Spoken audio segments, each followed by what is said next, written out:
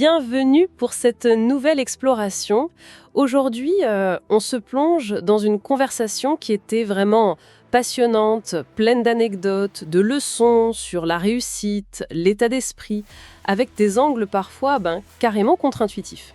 Oui, c'est ça. Des choses auxquelles on ne pense pas forcément de prime abord. Exactement. Notre mission, c'est d'en extraire les pépites, les idées les plus utiles au quotidien. Comment le lâcher-prise, par exemple, peut devenir une vraie stratégie. Pourquoi se moquer un peu du jugement des autres, c'est peut-être essentiel pour avancer. Et puis, quelles techniques concrètes peuvent vraiment faire une différence. Des outils pratiques, quoi. Voilà. Et on va commencer avec une image assez saisissante, je trouve. Le test de recrutement des Navy Seals. Alors, allons-y, décortiquons ça. Ah oui, ce fameux test. Et ils doivent juste survivre un certain temps. Le premier réflexe, j'imagine, c'est la panique totale. Ben oui, l'instinct de survie te dit agite-toi, remonte, respire. Sauf que c'est justement ça le piège. Exactement. S'agiter comme un fou, ça consomme tout l'oxygène et en fait, ça te fait couler plus vite. Et donc, la solution, c'est l'inverse total. C'est ça qui est fascinant. Il faut se laisser couler, accepter la descente, attendre le fond. Attendre le fond, pieds et poings liés. Oui. Et là, utiliser l'impulsion des pieds pour remonter, mais calmement. Prendre juste une goulée d'air et hop, on redescend. Ceux qui maîtrisent ce calme presque absurde réussissent. Les autres s'épuisent et échouent. C'est tout à fait ça. Et au-delà de l'épreuve physique pure, c'est une métaphore.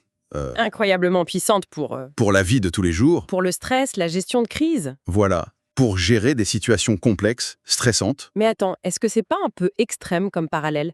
Gérer une crise en entreprise, par exemple. On ne peut pas juste laisser couler les problèmes, si ça peut sembler irresponsable, non ? C'est une excellente remarque. La nuance est super importante ici.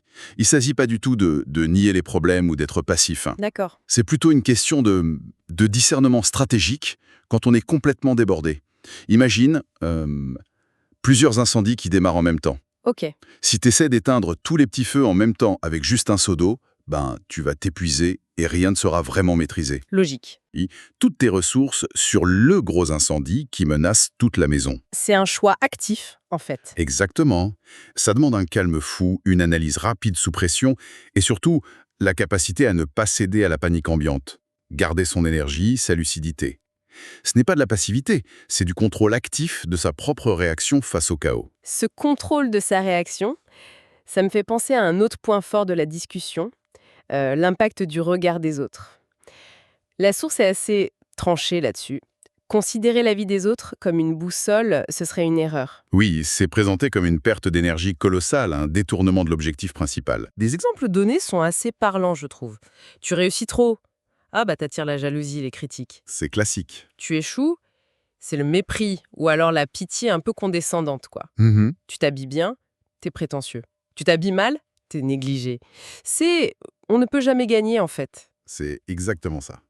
C'est un jeu où tu ne peux pas gagner, parce que tu ne contrôles absolument pas comment les autres vont te percevoir. C'est hors de ton contrôle. Et le coup, ce n'est pas juste l'énergie mentale perdue à essayer de plaire.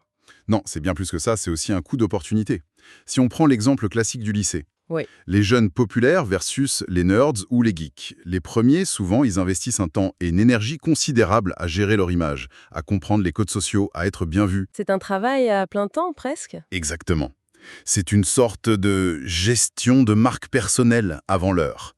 Mais ça laisse peu de place, souvent, pour développer des passions profondes, des compétences pointues. Une coquille peut-être un peu vide, parfois. C'est un peu l'idée, oui. Et pendant ce temps-là, ceux qui sont moins obsédés par ce statut social, les geeks, ils utilisent cette même énergie pour explorer leur centre d'intérêt à fond. La programmation, la musique, les échecs, peu importe. Ils accumulent autre chose ? Voilà. Ils accumulent un capital de compétences, de savoir, qui, très souvent, s'avère beaucoup plus utile dans le vrai monde après le lycée. Bon, l'exemple bateau, c'est Bill Gates, mais on voit cette dynamique partout. C'est vrai. L'énergie que tu mets dans la recherche de validation externe, c'est de l'énergie que tu ne mets pas dans ta construction interne, quoi. D'ailleurs, la série Freaks and Geeks, elle capte ça super bien. Ah oui, excellente série. Mais est-ce que c'est vraiment réaliste d'ignorer complètement le regard des autres ? On vit en société quand même. Pour collaborer, pour juste avoir des relations, l'avis des autres compte un peu, non ? Oui, bien sûr. C'est une question d'équilibre et de priorité. L'idée, c'est pas de devenir un ermite ou quelqu'un d'insensible, hein. D'accord. C'est plutôt de déplacer le centre de gravité de ta motivation. Est-ce que ce qui te fait avancer, c'est principalement l'approbation des autres, ou est-ce que c'est la satisfaction que tu tires de ton travail, de tes valeurs, de tes propres objectifs? Choisir son moteur principal, en somme. C'est ça. Se détacher du jugement, c'est choisir consciemment de donner la priorité à son moteur interne, même si, parfois, ça veut dire déplaire. C'est surtout comprendre que vouloir plaire à tout le monde, c'est une quête perdue d'avance et qui te paralyse complètement. Cette histoire de moteur interne, ça nous amène à un autre dilemme intéressant abordé dans la source. Le choix entre devenir un artisan ultra pointu dans son domaine ou alors viser l'échelle, devenir un entrepreneur. Ah oui, le choix fondamental, qui peut être source de pas mal de tiraillements d'ailleurs. L'exemple du chef cuisinier est vraiment bien trouvé. Il peut passer sa vie à chercher l'assiette parfaite, la maîtrise absolue d'un geste, d'un produit. C'est l'artisan dans toute sa noblesse. Le maître de son art. Voilà. Ou alors, il peut décider de monter une chaîne de restaurants. Mais là, son quotidien n'a plus rien à voir. Il passe de la cuisine pure à la gestion, au marketing, au RH. Des trucs qui peuvent être très loin de sa passion initiale pour la cuisine en fait. Exactement. Et ce qui est décrit comme une frustration croisée est intéressant. Oui, cette espèce de l'herbe est toujours plus verte ailleurs. L'artisan regarde l'entrepreneur et admire son impact, sa réussite financière peut-être. Et l'entrepreneur? Et l'entrepreneur, lui, regarde l'artisan et peut secrètement envier sa maîtrise technique, sa connexion directe à l'art, ce côté puriste. On a des exemples célèbres qui illustrent bien ça, non? Chez Apple, par exemple. Ah bah oui, Wozniak et Jobs, le cas d'école parfait. Wozniak, c'était l'artisan génial, le magicien de la technique. Jobs, c'était le visionnaire business, obsédé par l'échelle, l'impact sur le monde. Et Wozniak s'est d'ailleurs retiré assez vite de la direction quand Apple est devenu un monstre. Tout à fait. Il n'était pas fait pour ça, ce n'était pas son truc. Autre exemple, les fondateurs de Google, Page et Brin, ils ont fait venir Eric Schmidt pour gérer la croissance folle de l'entreprise. Pour pouvoir rester concentrés sur l'innovation, leur cœur de métier. Exactement. Parce qu'essayer de maîtriser les deux à fond, être un artisan d'exception et un bâtisseur d'empire, c'est extrêmement difficile. Souvent, on finit par être moyen dans les deux. C'est un vrai choix stratégique, qui doit coller à tes ambitions, mais aussi à tes aptitudes naturelles, quoi. Mais est-ce qu'il y a une voie médiane? Un moyen de combiner les deux sans se cramer complètement? Ou c'est forcément l'un ou l'autre? Pour une seule personne, combiner les deux au plus haut niveau, c'est très très rare. Ça demande des compétences et même des tempéraments qui sont souvent opposés. D'accord. La façon la plus courante de combiner, en fait, c'est de s'associer. Le duo Wozniak-Jobs, c'est ça. L'un sans l'autre, Apple n'aurait sans doute jamais été Apple. Reconnaître ses forces et ses faiblesses et trouver le bon partenaire. C'est crucial si tu veux à la fois la profondeur de l'artisan et l'échelle de l'entrepreneur. Sinon, il faut choisir son camp et l'assumer pleinement. Et il n'y a pas de bonne ou de mauvaise voie, hein. C'est juste des parcours différents. Ok, très clair. Donc, des choix stratégiques importants. Mais alors, concrètement, au quotidien, comment on peut avancer? Passons aux outils plus pratiques évoqués. Le premier est tout simple en apparence, mais peut-être pas si facile à appliquer, la discipline matinale avec le smartphone. Ah oui, l'habitude qui sera inspirée de Jeff Bezos, c'est ça. Ne pas toucher à son téléphone pendant la première heure après le réveil. C'est ça. Et la raison donnée fait un peu froid dans le dos. Des études montreraient un impact négatif, mesurable, d'une utilisation trop importante, genre plus de 2 heures par jour, hors boulot, sur la concentration, la mémoire, et même la matière grise. Oui, ça fait réfléchir. Et pour rendre ça plus actionnable, l'astuce, c'est de ne consulter ses messages ou ses mails qu'à des moments précis. Comment ça? Par exemple, décider de regarder ses notifs seulement à heure pile. Ou de ne traiter ses mails que 2 ou 3 fois par jour, à des heures définies. L'idée, c'est de protéger sa concentration. Exactement. Préserver sa capacité à faire du deep work, ce travail de fond, intense, sans interruption, sur une tâche qui demande de la concentration, plutôt que d'être tout le temps en mode réactif, haché par les alertes et les notifications. Ça demande une certaine volonté. Une autre technique, plus psychologique, l'effet Rosenthal, la prophétie autoréalisatrice. C'est assez connu ça, non? Oui, l'expérience de base est célèbre. Ces enseignants à qui on fait croire, à tort, que certains élèves, choisis au hasard, sont en fait des petits génies. Et, magie, ces élèves finissent par avoir de meilleurs résultats que les autres. C'est ça. Mais comment ça marche au juste? Ce n'est pas de la magie quand même? Non, pas de magie, mais c'est puissant. L'explication, c'est que la croyance de l'enseignant, même si elle est fausse au départ, change son comportement. Ah, Inconsciemment ou non, il va donner plus d'attention à ses élèves spéciaux, plus d'encouragement, il aura des attentes plus élevées, il donnera un feedback plus précis. Et ça influence l'élève. Exactement. Ça change la perception que l'élève a de lui-même, ça booste sa confiance, sa motivation, son effort. Et donc au final, ses résultats s'améliorent réellement. La croyance initiale a créé une nouvelle réalité. Les applications sont énormes, on imagine.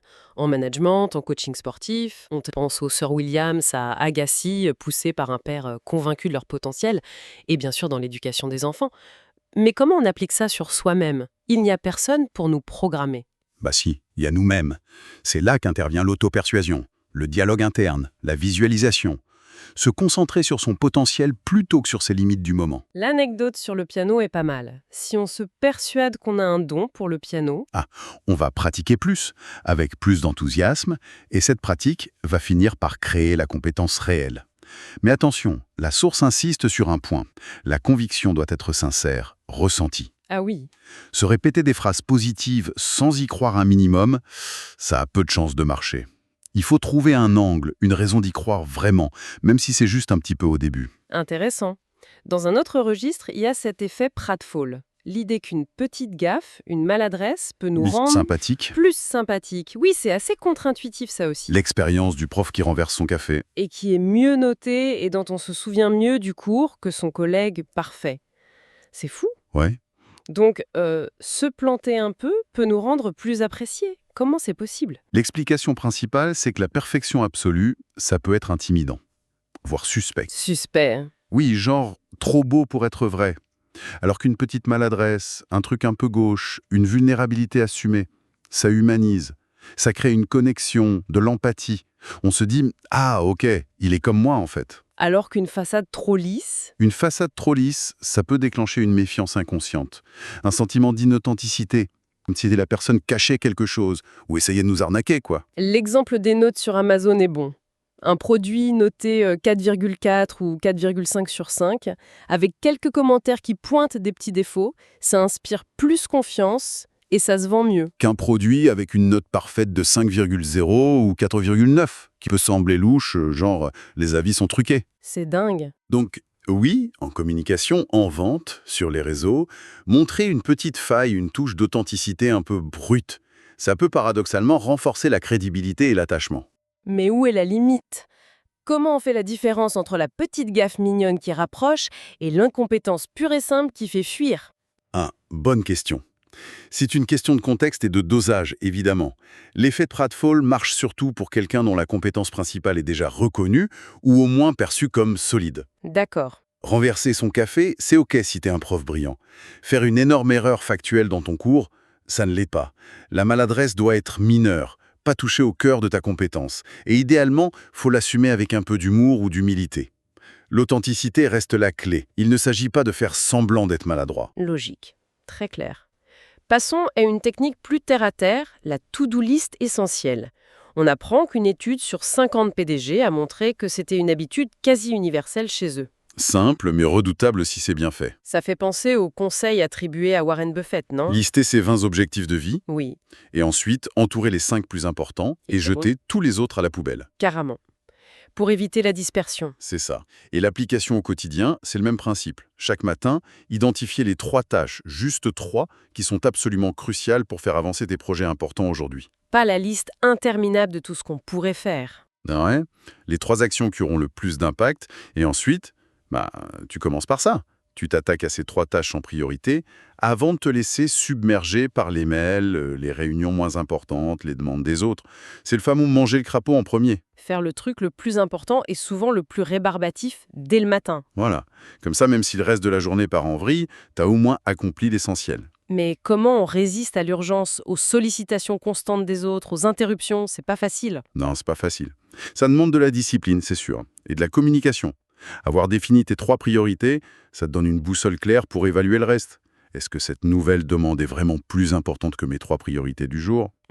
Si la réponse est non, alors est-ce que ça peut attendre? Est-ce que ça peut être délégué? Ou est-ce qu'il faut juste dire non poliment? Bloquer du temps dans son agenda pour ses priorités, couper les notifications, c'est des stratégies pour protéger ce temps précieux. D'accord. Une autre idée forte, et peut-être la plus déconcertante au premier abord. Chercher à devenir addict à l'effort, voire à la douleur qui peut aller avec. Ça sonne un peu maso, non? Oui, le mot addict est fait pour provoquer un peu. Mais l'idée derrière est moins extrême qu'elle n'y paraît. Il s'agit de reconditionner sa perception de l'effort nécessaire pour devenir vraiment bon dans quelque chose d'exigeant. L'analogie avec la salle de sport est pas mal. Les courbatures au début, c'est juste désagréable. C'est ça. Mais pour l'athlète régulier, cette sensation peut devenir un signal positif. La preuve que le muscle a bien travaillé, qu'on a franchi un cap. D'accord, je vois. Et la source cite des exemples comme Kobe Bryant ou Michael Jordan qui, apparemment, cherchaient cette sensation de douleur au poignet après des milliers de tirs. Ou le pianiste avec la douleur au doigt après des heures et des heures de pratique. Exactement. Pas pour la souffrance en elle-même, évidemment, mais comme un indicateur tangible, presque immédiat, que le travail intense, répétitif, celui qui est indispensable pour atteindre la maîtrise, a bien été fait. Et l'étape suivante, c'est de trouver une forme de satisfaction dans cette difficulté même. C'est ça le truc. Si tu arrives à trouver de la gratification, pas seulement dans le résultat final, la médaille, le concert réussi, mais dans le processus lui-même, même quand c'est dur, Quand c'est chiant même. oui, L'effort, la concentration intense, le dépassement de l'inconfort. Si tu arrives à trouver une forme de satisfaction là-dedans, tu développes un avantage énorme. La plupart des gens fuient la difficulté. logique. Si toi, tu apprends à l'aimer, ou en tout cas à l'accepter comme une partie normale et même valorisante du chemin, tu peux maintenir un niveau d'engagement, de persévérance bien supérieur.